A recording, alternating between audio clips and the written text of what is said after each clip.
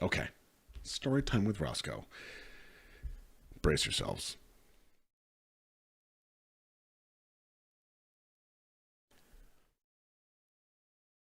I'm in my late teens. I'm dating this young lady for close to a year. Her parents do not like me at all. At all.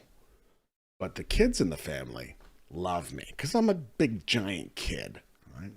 Well, the parents see how much the family, aside from themselves, just adore me. So they try to make an attempt to like, okay, we'll try to be gracious.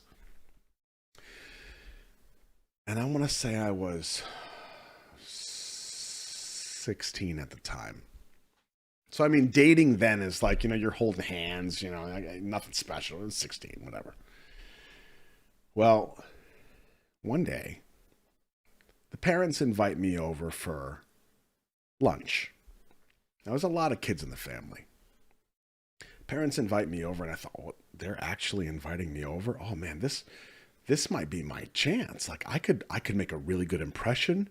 I've been dating her for 8 months now. Like this could be my shot. So of course, like I iron my clothes, I put on a tie, I get oh boy, it's gonna be like this is everything I got.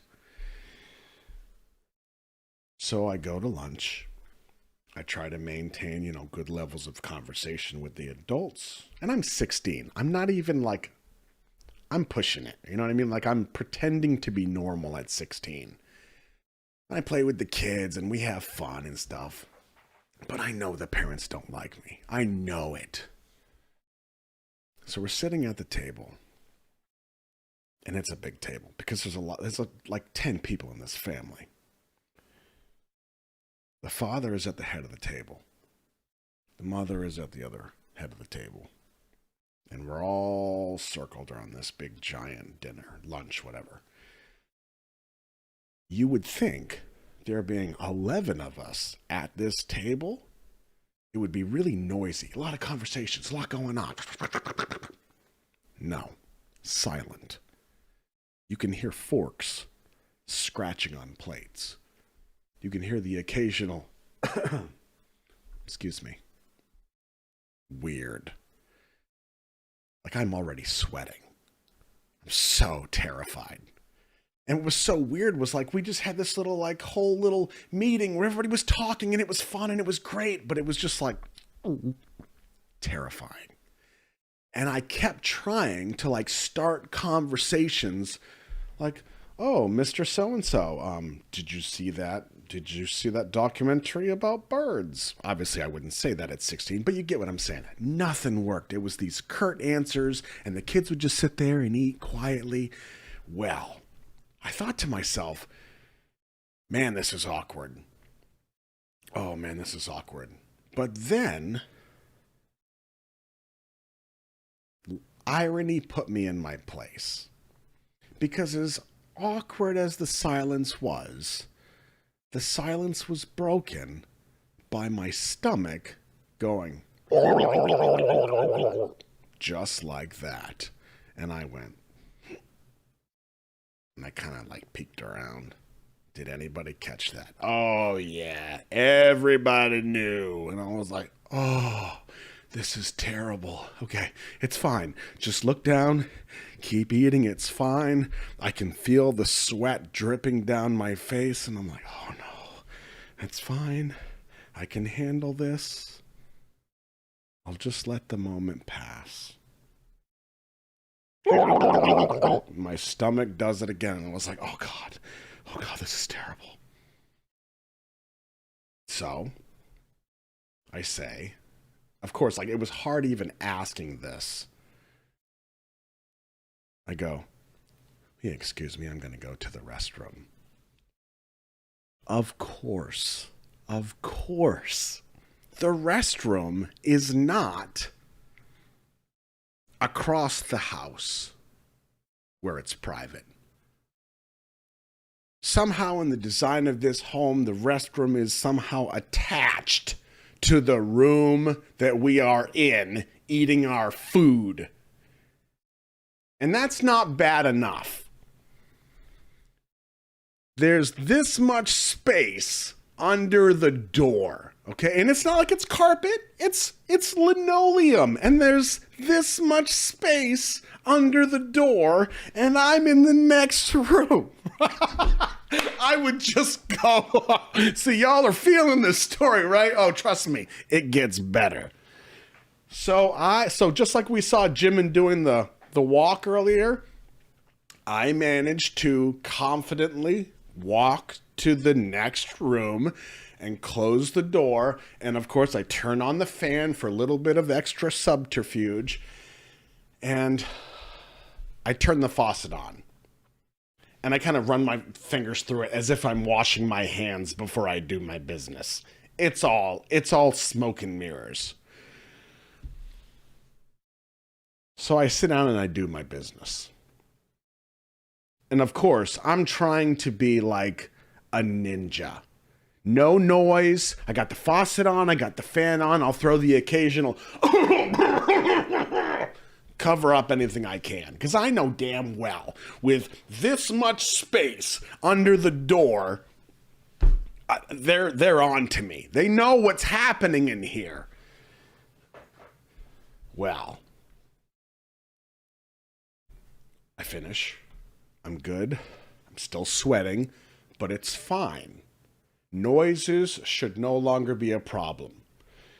So I hit the handle, I get up and I start washing my hands. And as I'm washing my hands, out of the corner of my eye, movement catches my peripheral vision. Okay? As if somebody's in the room with me. And I look, and this thing is like out of the bowl. It's like whoosh, whoosh. And I'm like, whoa, what the? It was crazy. And of course, like the water's coming up slowly. This thing swinging around the room. It's knocking paintings off. Oh God. And now what do I do? Like now they know something's up. So this is going to be bad. So this thing's swinging around. So like I grab the top of the seat and I smash it down and I'm like, get out of here. And then I pull it up and it was like spin art, like Abraham Lincoln. And I'm like, oh, put it down again. Oh, a goose.